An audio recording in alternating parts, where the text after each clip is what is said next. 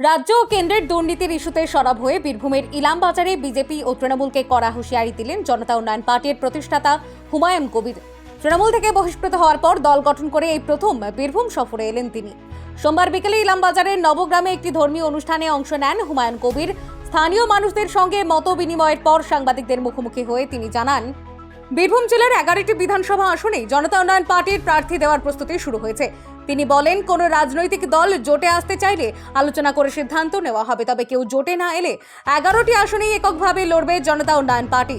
জোট প্রসঙ্গে তিনি স্পষ্ট করে জানান, বামেদের সঙ্গে কোনো জোট হবে না, যদিও সিপিএম এর সঙ্গে সম্ভাব্য সমঝোতার ইঙ্গিত দেন তিনি। এদিন বিজেপির পদযাত্রা নিয়েও কড়া সমালোচনা করেন হুমায়ুন কবির। বিজেপিকে সাম্প্রদায়িক দল বলেও আখ্যা দেন তিনি। বিজেপি পার্টি বাংলাকে দখল করার উদ্দেশ্যে সাম্প্রদায়িকতাকে আরও উস্কানি দিতে এই যাত্রা বের করেছে।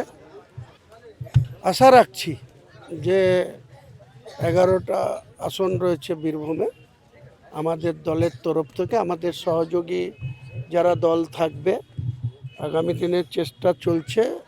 ইন্ডিয়ান সেকুলার ফ্রন্ট এবং আমি আমার জন্মলগ্ন থেকে 1982 থেকে 2012 মার্ক্সবাদী কমিউনিস্ট পার্টির লেফট ফ্রন্ট গভর্নমেন্টের বিরুদ্ধেই রাজনীতি করেছি, কিন্তু আজকের দিনে আপনারা জানেন যে বিধানসভায় কংগ্রেস শূন্য, সিপিএম শূন্য। ওদের জোট সঙ্গী 2021-এ ইন্ডিয়ান সেকুলার ফ্রন্টের একজন বিধায়ক আছে ভাঙড়ের, নওশাদ সিদ্দিকী।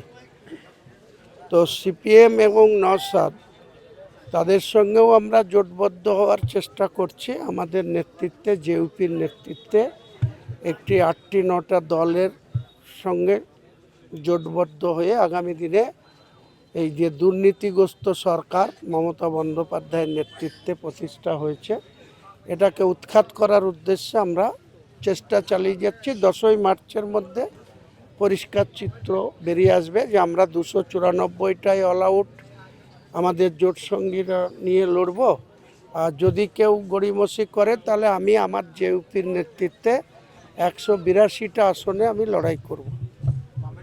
বামেদের সঙ্গে হবে না, সিপিএমের সঙ্গে হতে পারে। বামেদের যে সংগঠন বাম ফ্রন্ট, যে সিপিআই, ফরওয়ার্ড ব্লক, আরএসপি, তাদের সঙ্গে যারা ছিল বিগত দিনে, এখনও নামকে অস্তে আছে, তাদের কোনো অস্তিত্ব কোনো পিমিক্সে নেই, কোনো বুথে নেই।